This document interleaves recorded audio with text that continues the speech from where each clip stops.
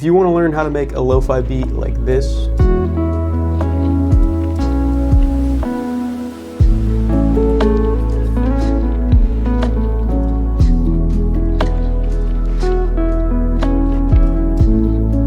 then you come to the right place. Let's hop in FL Studio and I'll show you everything I did to make this track happen. So this is the full project file for a track I dropped last week called Getting Easier via Soothing Sound Waves. Shout out to those guys for all the support. It's super simple, kind of acoustic guitar based, a little bit unusual for what I've done on this channel. I'm excited to show you guys exactly what I did to process the effects chain on that. But yeah, let's sort of hop right into it. The track starts off with my good old friend Lab Soft Piano arpeggiating on, you know, pretty simple chord progression. I believe I clicked this one in and then did a lot of humanizing with like the velocities and a little bit with the timing here and there. And as far as processing goes, I've got it pretty dry with a pretty high depth on OTT. This is a trick I mentioned earlier in my how to make Lab Soft Piano sound like a paid plugin thing.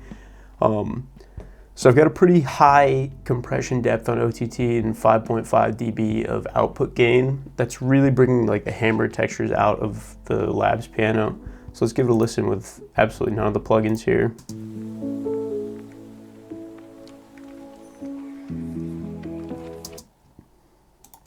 So you can hear it's obviously, you know, super soft, super quiet. It is the soft piano after all. And then as soon as we add that OTT,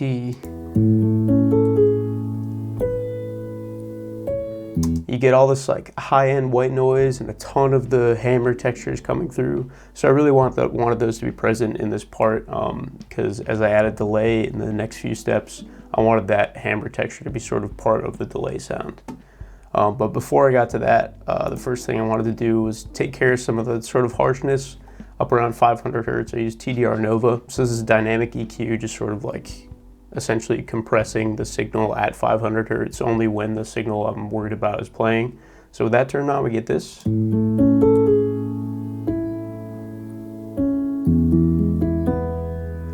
you can see it's really only like kind of aggressively squashing some certain notes as it starts to ring through a little bit more aggressively than I was looking for. And then you'll see down here, I've got the send to two different channels. We've got a keys effect send and a Reverb Pad. I'll get into the Reverb Pad in a few minutes. But on the keys effects, I did a little bit of EQing to just the wet signal. So it's important to note that the signal we were just listening to by itself is still going to the master, so we have that like dry affected signal with the OTT and the TDR Nova, and that signal splits and goes into this effects channel, and then I brought that volume way down. I did some EQing, took basically all the lows out, everything above 100 hertz is gone, and did even more scooping around 135 hertz just to make sure we're not getting a lot of buildup in the lows. And then I did a little bit of a high roll off, looks like 5300 hertz here, to get rid of that high-end buzz from OTT. And I threw it into another channel favorite here, Magic Dice, this time turned to 100% wet, and that's going to be where we're getting that delay that I was talking about on this effects chain. So because we're 100% wet, we're not worrying about like phasing with the original signal coming through with new EQs. This is only the delay signal coming out of this, so with the delay and EQ on the wet send here, this is what we've got.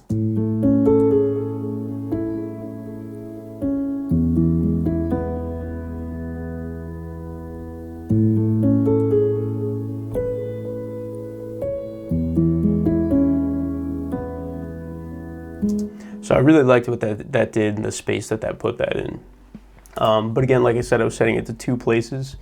So this extra send is what I've called the Reverb Pad layer. The function of this layer here is to basically create a pad out of the sounds as they enter and exit the song. So rather than having a specific dedicated pad layer, I'm using a really large long-tailed reverb. I think I use Valhalla Supermassive, yep, on something pretty big, the splashy synth setting, mixed to 100%, so it's only wet signal coming out of here.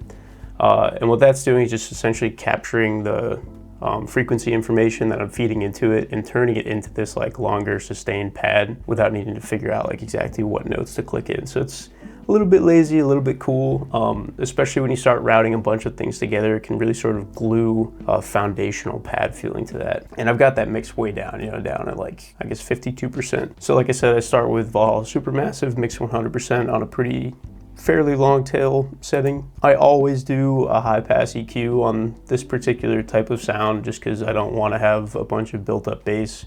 You don't need to go too crazy high. Obviously it depends on the sounds you're feeding into it, but in this case I did 81 hertz cutoff, and then I have a limiter on here for side chaining to the kick because I found another really cool effect is that as this pad sort of fills up the foundation, to let that kick sort of chop that out. Even the higher texture stuff can really help give some pulse to it as the track develops. And so with that reverb pad layer that I've got, I actually automate it in throughout the intro. So it starts with basically just the piano and the ambient sounds that I've got. Yeah, an actual pad, a little bit of a Foley loop here, and all that sort of automating in to get a little bit more full as this first drop happens. So let's give it a listen and see if you guys can pick out the Reverb Pad.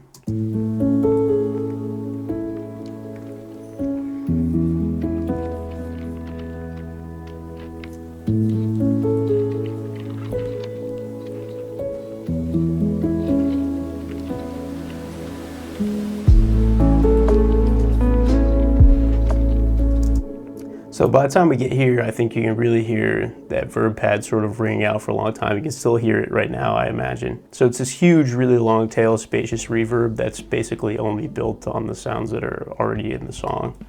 So fun little trick for you there to get a nice ambience going. Obviously you've heard this second pad in the intro that I've got going on. All that is a serum patch. I believe I talked about this in another video.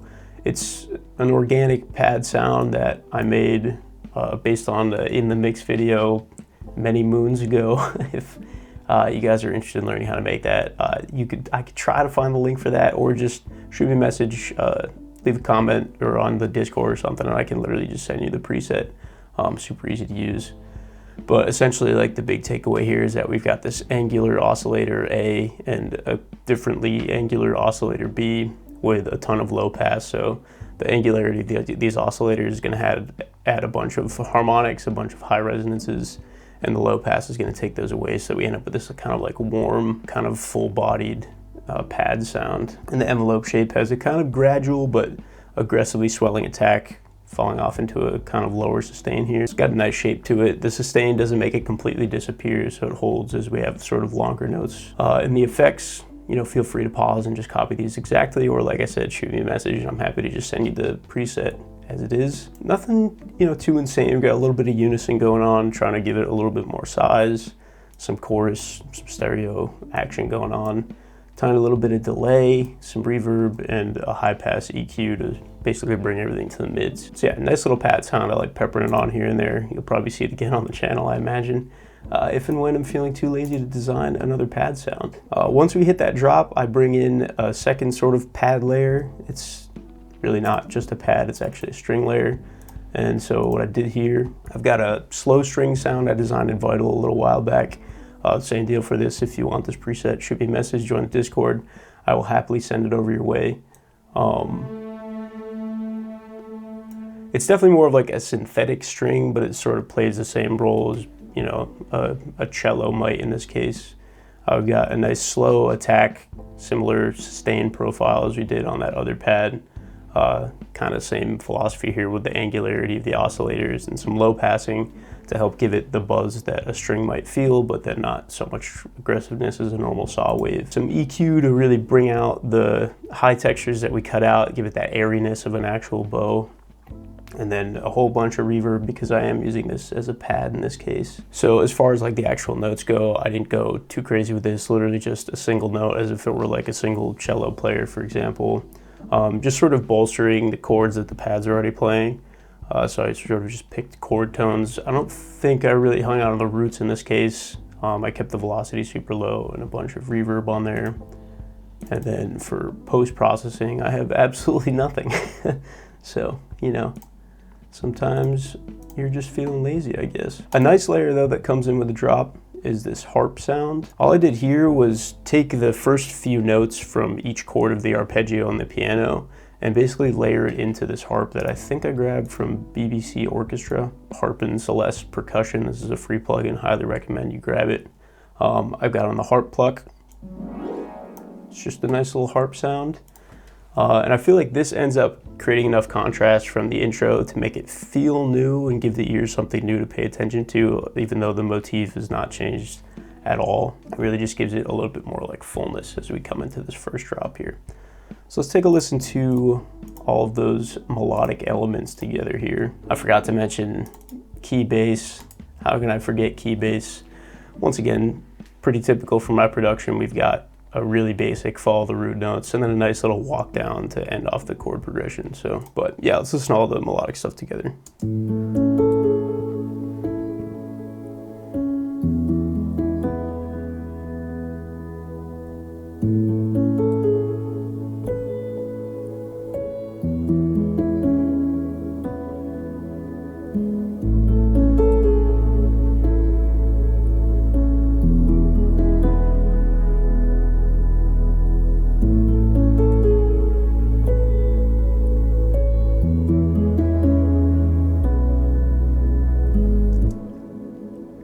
And then that second time around in the full drop, I just add this nice little bell layer to, once again, kind of rule of thumb, every 4 bars have something new happening to keep it interesting. In this case, I added a bell counter melody that just sort of gives it a new like high-end feel.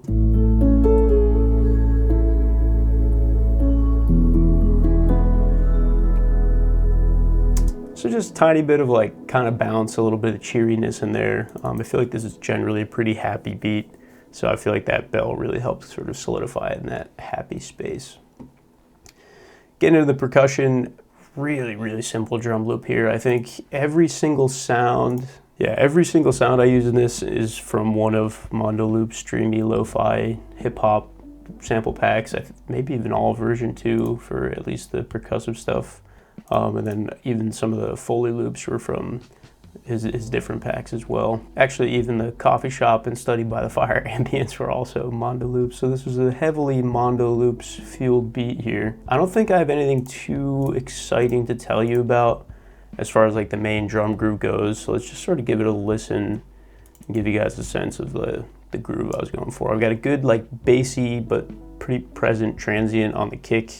The snare is super simple. I think it's actually just a wood percussion. I didn't want like really smacky snare going on. I didn't want anything too clicky. The hi-hat pattern, I believe I played this in, yep, nothing too wild, but I did layer it up with 2 extra hi-hat sounds. We've got this brushed hat sound that fills up a little bit more space kind of on every half measure. So on the 1 and the 3. And then I've got this hi-hat sizzle, like I said, also from Mondo Loops, that comes in kind of sparsely on some offbeats to give it a little bit more bounce. So altogether, the kind of loop drop without the guitars sounds like this.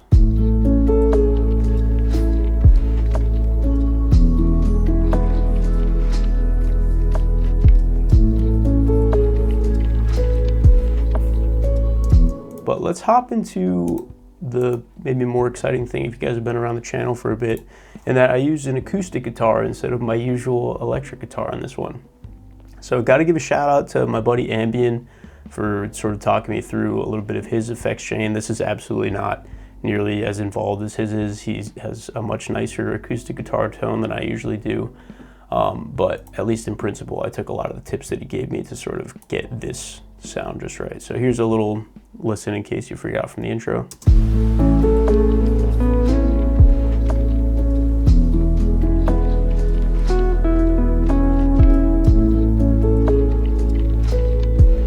So I really tried to avoid like that kind of buzziness and like a ton of the fret noise, and definitely like the string sounds that you get a lot with an acoustic guitar. Specifically both like the way I play it and obviously with the post-processing that I did. So as far as like the actual audio into the computer goes, I have an electric acoustic. It's on the wall behind me. It's an orange wood, really like that thing. They make great guitars for the price point. I'd highly recommend you guys check those out if you're in the market for an acoustic guitar. Not sponsored, but open to it. If you guys, you know, let me know. DMs are open. Anyway, so yeah, let's have a listen to it, just kind of straight DI, nothing done to it, and see what we turned it into here.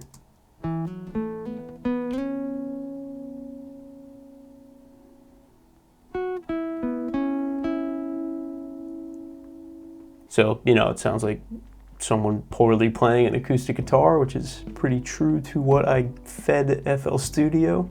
But let's talk about what I did to make it sound less terrible. Step one, get rid of a bunch of the lows that aren't really contributing anything. Once again, we got like a 76 Hertz high pass. And I did some kind of broad peak filtering here to get rid of some of the resonances that were just coming through based on, you know, my setup. And then a low pass to get rid of a ton of the string noise, a bunch of the buzziness, a little bit of mic noise I was having problems with, probably because I wasn't, you know, using the best, the most appropriate recording techniques as far as like electronic isolation goes or anything like that. So yeah, EQ1, EQ2 was exclusively peak filtering. In this case, I did, you know, your classic high sweep to find something harsh and then duct it appropriately. I never really go more than a few dB. I like by 3 dB, I'm getting pretty aggressive and you're gonna end up with some weird phasing issues. In a single instance, you don't want to be doing anything too much. If you know, do something like this and you still have a ton more resonance issues and some harshness, get an extra instance of an EQ and try to handle it there. Don't overdo it with a single instance. You're gonna end up with some pretty weird artifacts. With just EQ, this is what we kind of turned it into.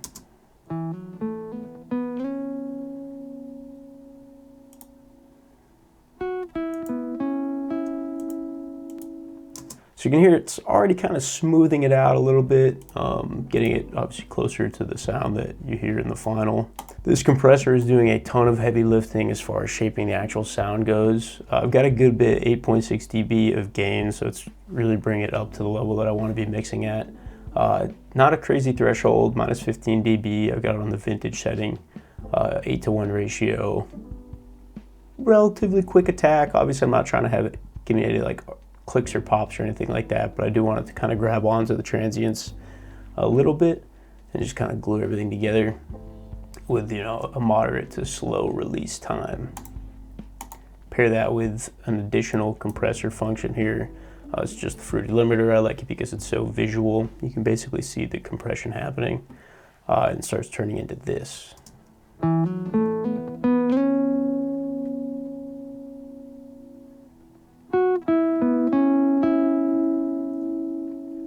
So now we're starting to get something a little bit more glued together, obviously a lot louder, but the real magic comes from getting some reverb and delay. Now normally I'll do a lot of like time-based processing, reverb, delay, echo, etc. On sends or on like different parallel processing, like buses basically. But in this case I just wanted the signal to be, you know, fully affected. I kind of wanted this kind of like drowned out, not quite in the background because obviously it is the main melody, but I wanted it sort of blending a lot. So I decided to go directly on the dry signal. The only signal you hear is affected by the reverb and delay in this case. In this case, I've got the Space Verb 1999 setting of Valhalla Supermassive, mixed around 35%, which is pretty dry. You know, obviously this is a super powerful reverb plugin, so going too high, it's gonna end up really like muddy and washed out. I found that this was just based on listening right around where I wanted it, where I got all the reverb and the space I was looking for without losing too much of the clarity. And then for the delay, I've got my nice stock Fruity Delay 3 hanging out on a, whatever the 4:0 time ratio means, on a ping pong setting. The level is only around 25%, it's relatively low, and the wet is cranked way down. So it's really not like super in your face, super long tail, like delay forward, because like I said, I'm doing this directly on the dry signal and I don't want to take away too much of the clarity that I've already gotten. So this is really just for like a little tiny bit of color, help sit it down in the space that I'm looking for it to be in. But yeah, all that together, we take the guitar from sounding like this to this.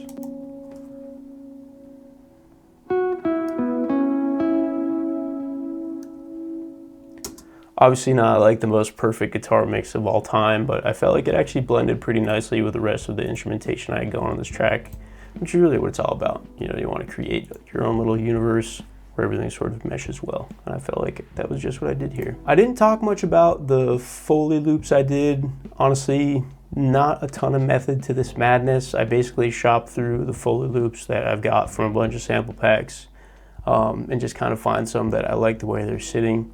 Sometimes I'm looking for certain bits of stereo information. Sometimes I'm looking for certain grooves. In this case, I ended up with one Foley loop, a brush loop, and then a shaker loop and a hi-hat loop and a patter loop. Wow, I went crazy on the percussion loops here. Every single one is from Mondo loops though. Just feel like those help give it a little bit of groove. I don't have any of them mixed particularly loud. I really wanted them there mostly for texture and kind of just like those subtle feelings. Obviously I wanted the drums that I laid down to be mostly driving the energy of the track. Here the drums are with all the Foley stuff.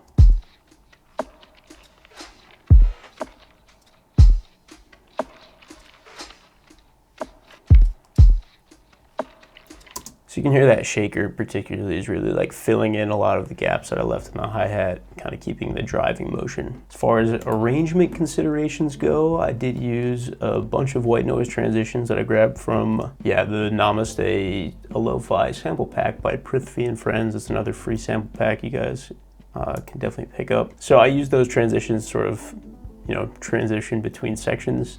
Didn't do anything too crazy with the arrangement coming out of the intro. I just sort of swelled into it and let everything drop on the downbeat. And then moving into this B section, I had a slightly more simplified white noise transition. Basically, this one has this really bright high-end texture to it, and I got rid of that one for that. So it's a little bit more of a subtle white noise transition here. The percussion carries through, so I didn't do any crazy dropouts.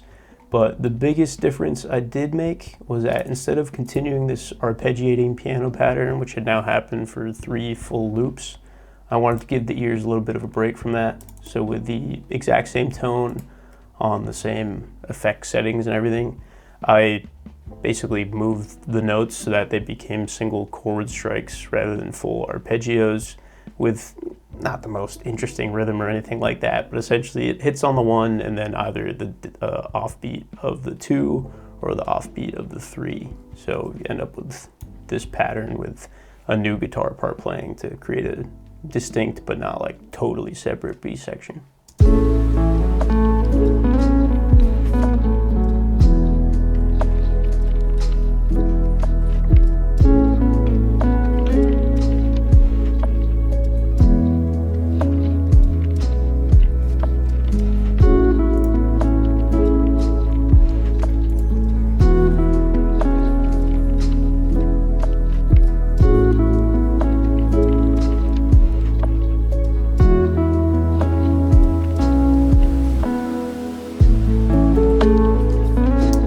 So you can hear in that transition, I did do a little bit of a dropout with all the Foley and percussion loops. The hi-hat stopped hitting, and then the bass cut out for a full, beat or whatever. So let's talk real quick about the differences in the melodies between Section A, Section B, and Section C. Because that's something I think a lot of people want to be thinking about, exactly how to create separation between sections. This is by no means the most dynamic track melodically. Obviously there's a pretty solid motif going on, especially with the guitar. And that's sort of the thing that I want to touch on here, is that while the middle section, I think is definitely distinct, it's not a complete separation from the initial section. And the reason that it feels that way is because I used a lot of the same motion that I was using without using exactly the same notes. So if we listen to the very first measure of the guitar, so when we compare that to the first section of the B section,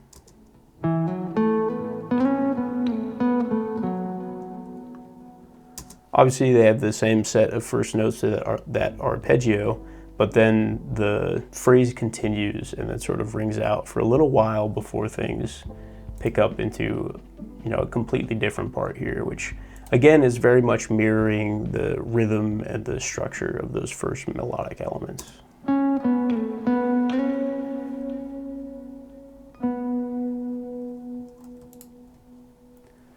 So the first 4 bars completely mirror the rhythm of the, you know, initial guitar part. And then I introduce a kind of completely new motif that only exists in this section through this second loop of the B section here.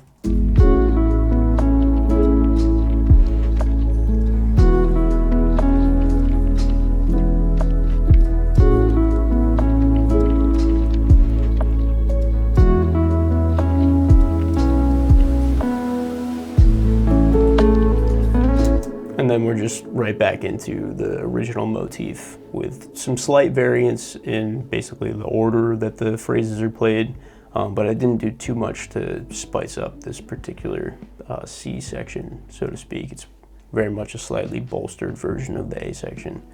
And the way that I did that was really, I took the phrase that opened up the B section. Like I said, it was a slightly more complex, a little bit more of a developed phrase. So I took that, instead of repeating the initial simplified phrase in the first verse, repeated a couple of bars of the first verse here with this added little lick, which is very close to the only distinct melodic feature of the second drop, but it does do a little bit to separate it, I think.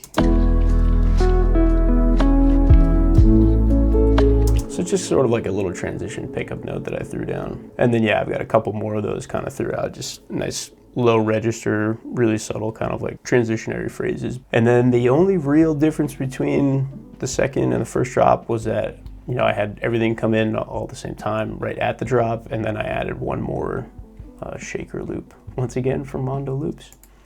So I'm gonna let this second drop play us out. And thank you for stopping by. I do hope it was helpful. Let me know if you have any questions, either in the comment section or on our brand new Discord server. We do have a little sleepy lo-fi beat battle going on in there right now. There's like 2 days left to enter, so if you're like a speedy beat maker and you're seeing this the day it comes out, hop in there, throw something in for the submissions. The winner gets released with my good friends at Valor Chill, so you'll get a cool label release and a collab with me out of it. If not, we've got more exciting events going on that I've got planned. I'm really excited to announce. So I hope to see you guys in there, just kind of hanging out, get to know each other. So once again, thank you for stopping by. I'll see you next week. Peace.